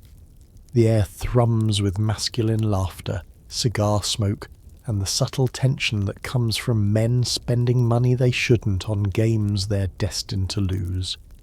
But your attention fixes on a woman who seems entirely at ease in this world of masculine privilege, her wit sharp enough to match any gentleman's and her beauty, refined enough to make even jaded aristocrats pause their conversations to stare. Alice Keppel moves through these exclusively male spaces with the confidence of someone who belongs everywhere she chooses to appear. You observe how she engages the prince in conversation about politics, literature, and social reform, with an intelligence that surprises men accustomed to decorative female companions who giggle at their jokes and admire their wisdom. Alice doesn't just charm Edward, she challenges him, and you can see this intellectual stimulation proving as seductive as any physical attraction. What makes Alice revolutionary for her era isn't just her relationship with the heir to the British throne, but how she's managed to make royal adultery seem almost respectable. You watch her navigating London society with such skill that even the most moral matrons find themselves inviting her to dinner parties, despite knowing exactly what her connection to the prince entails. She's achieved the impossible, transforming scandal into sophistication. The key to her success lies in how she's redefined the role of royal mistress for the modern age. Unlike previous royal favourites who demanded titles, jewels, and public recognition, Alice operates with a discretion that makes her affair seem like a genteel friendship rather than a sexual liaison. You observe her maintaining her own marriage to George Keppel while conducting her royal romance, creating a civilised arrangement that allows all parties to preserve their dignity and social positions. Her husband's cooperation in this ménage à trois reflects the sophisticated pragmatism of Edwardian high society. You witness George Keppel accepting his wife's royal affair not just with resignation, but with apparent satisfaction. Alice's position brings social advancement, political connections, and financial benefits that make their marriage more successful rather than less. He's essentially managing his wife's career as a royal mistress with the same attention he might give to any other family business venture. But Alice's influence extends far beyond bedroom politics. You observe her functioning as Edward's unofficial private secretary, screening his social calendar, managing his correspondence, and advising him on political appointments. She's become indispensable to his daily operations in ways that make their relationship more partnership than romance. When Edward struggles with the complexities of constitutional monarchy, it's Alice who helps him navigate between competing demands from Parliament, the press, and the people. Historians still argue whether Alice Keppel genuinely loved Edward VII, or whether she approached their relationship as a strategic career move that would secure her family's social and financial position. Her behaviour suggests both. She demonstrates real affection for Edward, while systematically using her influence to benefit herself and her daughters. What you find most impressive is how she handles the inevitable social challenges that come with being a married woman's public affair with the future king. When gossips whisper about her morals, she responds by becoming more charitable, more cultured, and more socially useful than her critics. You watch her organising relief efforts for the poor, patronising worthy causes, and demonstrating the kind of public-spirited behaviour that makes her affair seem almost patriotic rather than scandalous. The really remarkable thing about Alice is how she's managed to win over Queen Alexandra, Edward's long-suffering wife, who had endured decades of her husband's wandering affections. You observe interactions between the two women that suggest genuine mutual respect, rather than the bitter rivalry you might expect. Alexandra seems to appreciate that Alice keeps Edward happy and manageable, in ways that reduce stress for everyone involved in the royal household. Alice's social intelligence proves particularly valuable during Edward's coronation and early reign. You witness her helping to modernise court ceremonies, making royal functions more accessible to middle-class subjects, and encouraging Edward's interest in social reform that will help Britain navigate the challenges of the 20th century. She's not just the king's mistress, she's his advisor on how to remain relevant in an era of rapid democratic change. The discretion that defines her relationship with Edward becomes her greatest asset and her most important legacy. You observe how she avoids the flashy displays of wealth and privilege that made previous royal mistresses objects of public resentment. Instead, Alice presents herself as a refined lady who happens to enjoy the king's friendship, making their affair seem like evidence of Edward's excellent taste rather than his moral failings. Her influence on Edward's political development proves historically significant. You watch Alice encouraging the king's interest in international diplomacy, social welfare, and constitutional reform that will help Britain adapt to modern democratic expectations. She understands that monarchies must evolve or face revolution, and she uses her influence to push Edward toward the kind of progressive leadership that will preserve royal authority by making it more responsive to popular needs. The cultural impact of their relationship extends throughout Edwardian society. You witness other married women studying Alice's techniques for maintaining dignity while conducting extramarital affairs, while married men observe George Keppel's approach to managing wives whose careers require unusual social flexibility. They're modelling a new kind of sophisticated adultery that prioritises mutual benefit over conventional morality. When Edward VII dies in 1910, you observe Alice's graceful withdrawal from public life as the perfect conclusion to her remarkable career. She doesn't cling to power or attempt to influence his successor. Instead, she retires to private life with the wealth and social position she's accumulated, leaving behind a reputation for intelligence, discretion, and genuine service to the crown. She's proven that royal mistresses can enhance rather than damage the monarchy when they approach their role with sufficient skill and restraint. Her granddaughter will become Camilla Parker Bowles, creating a generational echo that suggests Alice's influence on royal romance extends well into the 21st century. You're witnessing not just an individual love affair, but the establishment of a template for how modern royal mistresses can navigate the competing demands of personal happiness and public responsibility. The legacy Alice Keppel creates transforms expectations about royal marriage and monarchy itself. She proves that constitutional monarchy can accommodate human complexity and emotional needs without sacrificing dignity or effectiveness, establishing precedents that will shape royal behaviour for more than a century to come. You find yourself in the meticulously manicured gardens of Middlewick House in 1971, watching a young woman with windswept blonde hair guide her horse through morning exercises with the kind of natural grace that suggests she was born to this countryside life. Camilla Shand, not yet Parker Bowles, certainly not yet Queen Consort, embodies everything that defines proper English country society: understated elegance, quiet confidence, and an absolute comfort with the rhythms of rural aristocratic life. But you sense something else in her steady gaze and knowing smile, an intelligence that suggests she understands exactly how power operates in these exclusive circles. The moment that will define the next 5 decades of British royal history occurs at a polo match in Windsor Great Park, where you observe 24-year-old Camilla approaching the young Prince Charles with a line that has become legendary in royal folklore. "My great-grandmother was the mistress of your great-great-grandfather.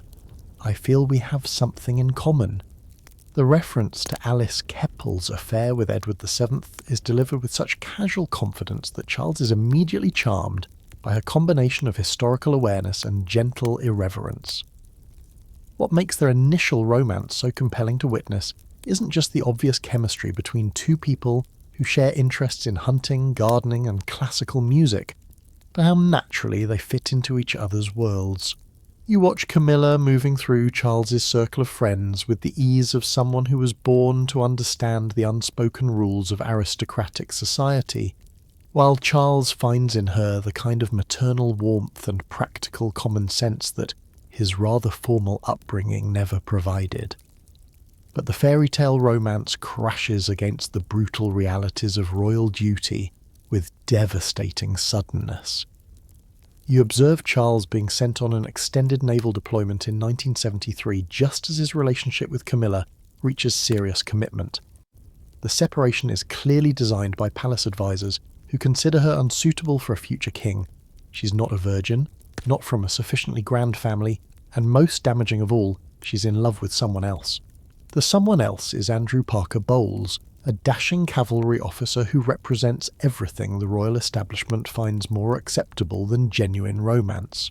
You witness Camilla's practical decision to marry Andrew in 1973, creating the stable country marriage that society expects while maintaining the emotional connection with Charles that will prove impossible to sever. She's chosen security and respectability over passion, a decision that will haunt all parties involved for decades. The years that follow become an exercise in emotional compartmentalization that would challenge professional diplomats.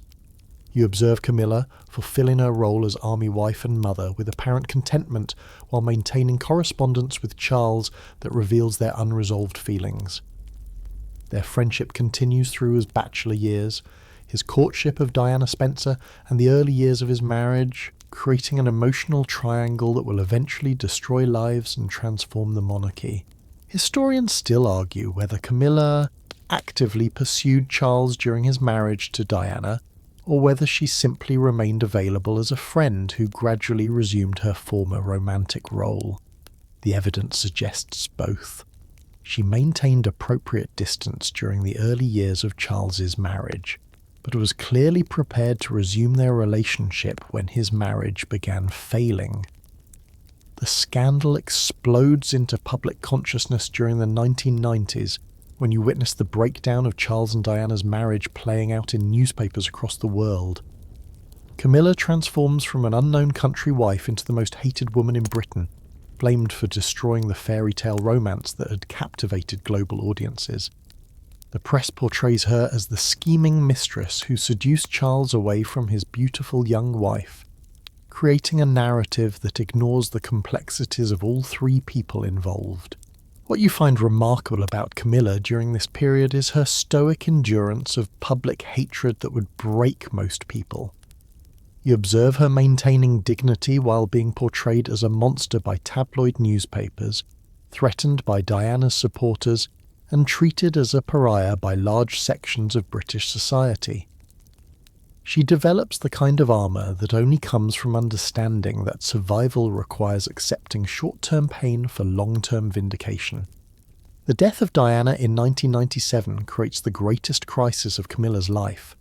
You witness her struggling with genuine grief for a woman she had known and complex guilt about her role in Diana's unhappiness, while simultaneously understanding that Diana's death has made her own eventual acceptance by the British people even more difficult. She's forced to navigate between her love for Charles and the awareness that their relationship has become permanently associated with tragedy. Her gradual rehabilitation represents one of the most successful public relations campaigns in modern royal history. You observe Camilla slowly emerging from shadows, taking on charitable work and demonstrating the kind of steady competence that gradually wins respect, if not affection. She's not trying to replace Diana's glamour. Instead, she's offering a different kind of royal service based on reliability, humour, and genuine commitment to worthy causes. The transformation becomes complete when you witness her marriage to Charles in 2005, 34 years after their initial romance.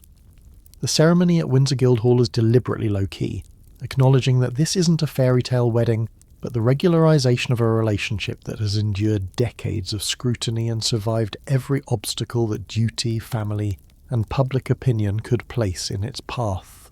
Her role as Queen Consort, achieved in 2022 after Charles's accession to the throne, represents the ultimate vindication of persistence over passion, steadiness over glamour.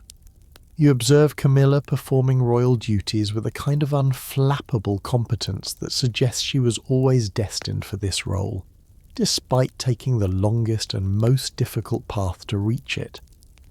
What makes Camilla's story revolutionary isn't the adultery royal, extramarital affairs are as old as monarchy itself, but how she's transformed from scandal to respectability through sheer determination and strategic patience. You're witnessing someone who understood that winning in royal politics requires playing a very long game, accepting decades of public disapproval while waiting for circumstances to change and public memory to soften. Her influence on the modern monarchy proves more significant than anyone anticipated.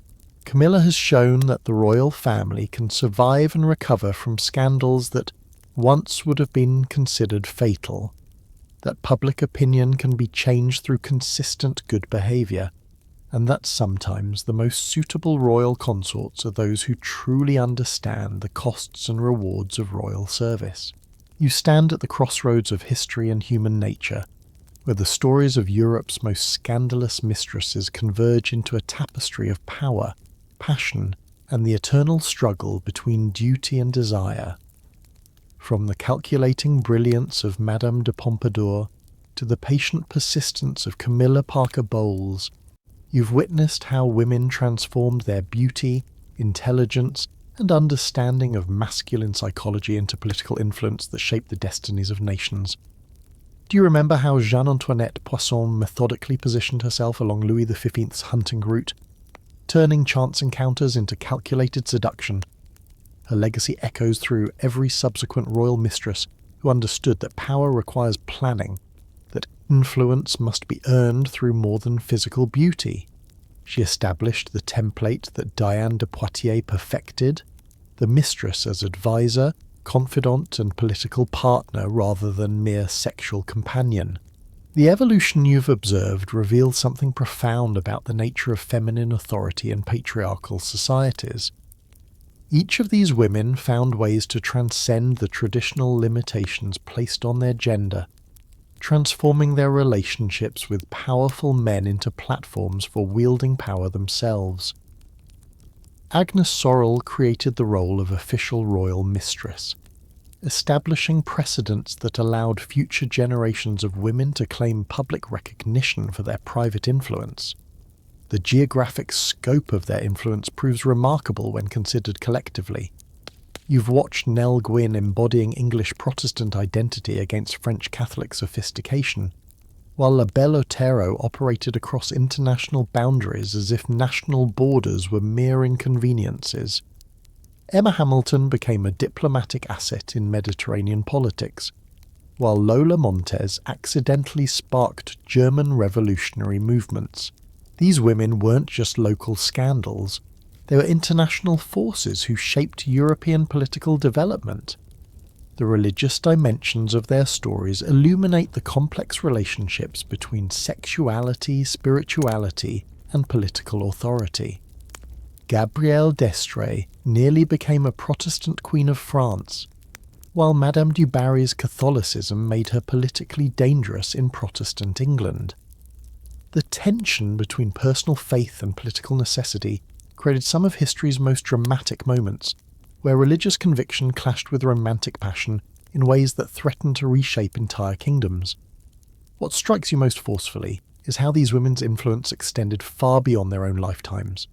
The precedents they established, the cultural changes they inspired, and the political innovations they pioneered created ripple effects that continue influencing European society today.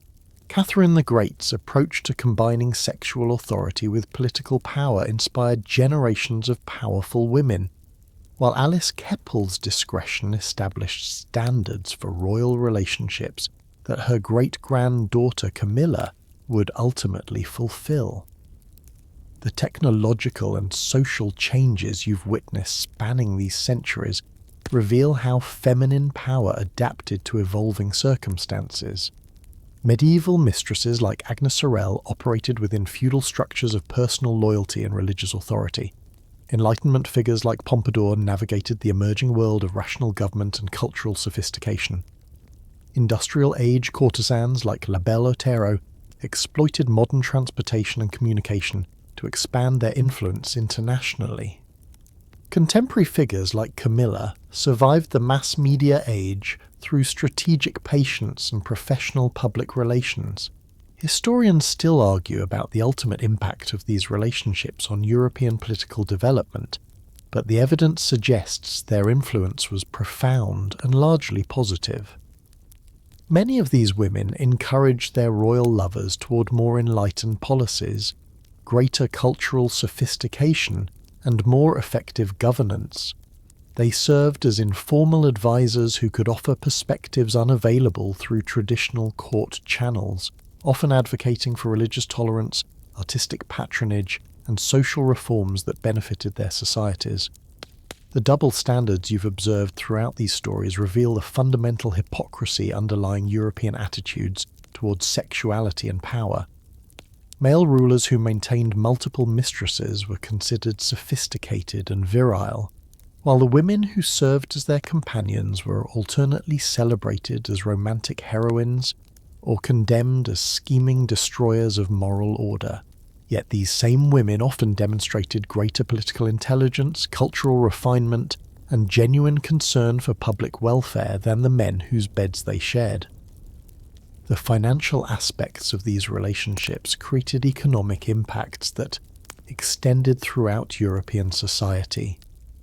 The wealth these women accumulated and redistributed supported countless artists, craftsmen, architects, and other creative professionals who might otherwise have lacked aristocratic patronage. Madame de Pompadour's commissions helped define French decorative arts, while Catherine the Great's lovers received resources that they invested in territorial development and cultural institutions. The legacy of scandal itself proves as significant as any individual relationship. These women transformed shame into power, turning society's disapproval into a source of fascination and influence that transcended conventional moral boundaries. They proved that notoriety, skillfully managed, could become a form of celebrity that opened doors and created opportunities unavailable to more conventional women. As you reflect on these intertwined stories of ambition, passion, and political maneuvering, you begin to understand that these weren't just romantic scandals, but fundamental challenges to the established order of European society. Each of these women, in her own way, questioned the assumption that feminine power must operate only through traditional channels of marriage, motherhood, and religious devotion. Their collective story represents the gradual emergence of alternative models of feminine authority that would eventually contribute to broader movements for women's rights and social equality. By proving that women could wield political influence, accumulate independent wealth, and shape cultural development through their own intelligence and initiative, these scandalous mistresses help prepare European society for more comprehensive challenges to patriarchal authority. The transformation from Agnes Sorel's medieval court to Camilla Parker Bowles's modern monarchy illustrates the long arc of social progress, showing how exceptional individuals can gradually expand the possibilities available to their entire gender. What began as personal relationships between ambitious women and powerful men evolved into systematic challenges to the restrictions limiting feminine potential. In the end, you realize you've been witnessing not just individual love affairs, but the slow, inexorable expansion of human freedom and dignity. These scandalous mistresses were pioneers in the truest sense, exploring territories of female possibility that previous generations could never have imagined. Their stories remind us that progress often comes through the courage of individuals who refuse to accept the limitations their societies attempt to impose, who transform their personal desires into broader possibilities for human flourishing. The candlelight grows softer now, and the whispers of history fade to gentle murmurs. These remarkable women sleep peacefully in marble tombs and country churchyards, their scandals transformed into fairy tales, their ambitions vindicated by time's judgment. They changed the world not through armies or legislation, but through the ancient and eternal power of human connection, proving that sometimes the most profound revolutions begin in the most intimate spaces, where hearts meet and destinies intertwine in ways that reshape the very foundations of civilization. As we reach the end of our journey through Europe's most captivating love affairs, let yourself drift into the peaceful understanding that passion and power, scandal and triumph are eternal parts of the human experience. These women's voices still whisper through palace corridors and castle gardens, reminding us that love, in all its complexity and consequence, remains the force that can move mountains, topple kingdoms, and create legends that echo through centuries. Close your eyes now and dream of silk gowns rustling through marble halls, of secret letters sealed with tears and perfume, of women who dared to love beyond the boundaries their world permitted, and in doing so, expanded those boundaries for all who would follow.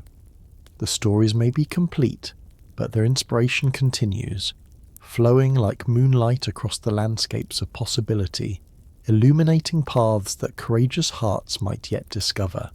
Let these tales of scandalous devotion carry you into dreams where anything is possible, where love conquers all obstacles, and where the human spirit, in all its magnificent audacity, writes itself across the pages of history with quills dipped in starlight and hope.